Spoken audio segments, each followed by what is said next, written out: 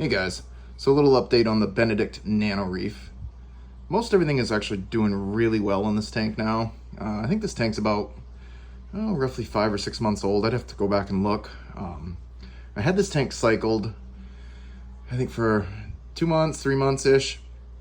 Added a couple of fish and then experienced an ammonia spike, which killed the fish. And yeah, it was a little bit of a lesson in dealing with nano reefs. And it's been a bit of a trek to get back to this point where everything's doing well again. 50% water changes once to twice a week. And I ended up having a bit of a flatworm explosion in here despite having dipped everything, and dealt with that. Added a sea cucumber, which has helped immensely. Threw some snails back in here, and we've just been kind of letting this tank sort of coast. It's got one fire shrimp is the main livestock at the moment. You can see him coming out right now, but I've been slowly adding some more corals. So got some little shop of horizos there, which are slowly coloring back up. Some electric Oompa Loompas, which this camera's not really doing any of these justice right now, but those are growing. This is a brand new piece I just put in here. I believe they're White Walker zoos, but they're a little bit different, so I have to get a better idea of them once they open up. Some Mandarin Orange zoos, some Pink Diamonds, a little Jawbreaker mushroom that's kind of hanging on there, some Teal Capanella, Red Blastomusa, Scrambled Eggs, Red Discosoma mushroom. Just put another Godzilla Bounce mushroom in there, just a baby that I've been growing.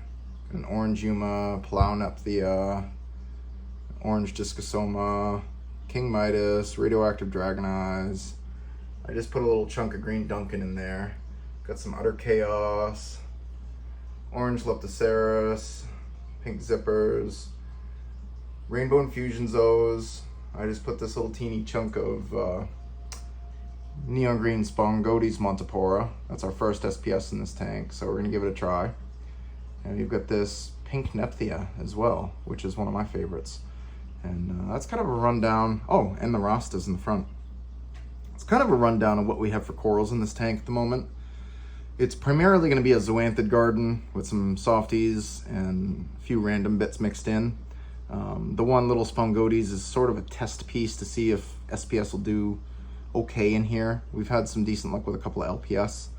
And being that we're doing, almost 50% water changes, I really don't think that dosing is going to be much of an issue with this system. The only thing that's been an issue for me is not having a skimmer and learning my way through that sort of boundary, because every reef I've ever had, with the exception of one frag tank, has had a skimmer. And that frag tank didn't do well for me. So this is my first skimmerless tank, and it's pretty basic other than the light. It's a Radion G6 Pro XR15. And simple float valve for replenishment of RO, and that's really it. Filter sock that I've kept media like Fosguard in, and that's it. So pretty basic tank. This is a little 15-gallon Innovative Marine. We actually bought this from Corals Unlimited down in Topsom, Maine. You guys probably know him as Mad Hatter's Reef. Great guy, good friend actually as well. So it's pretty cool to know people in the hobby like that.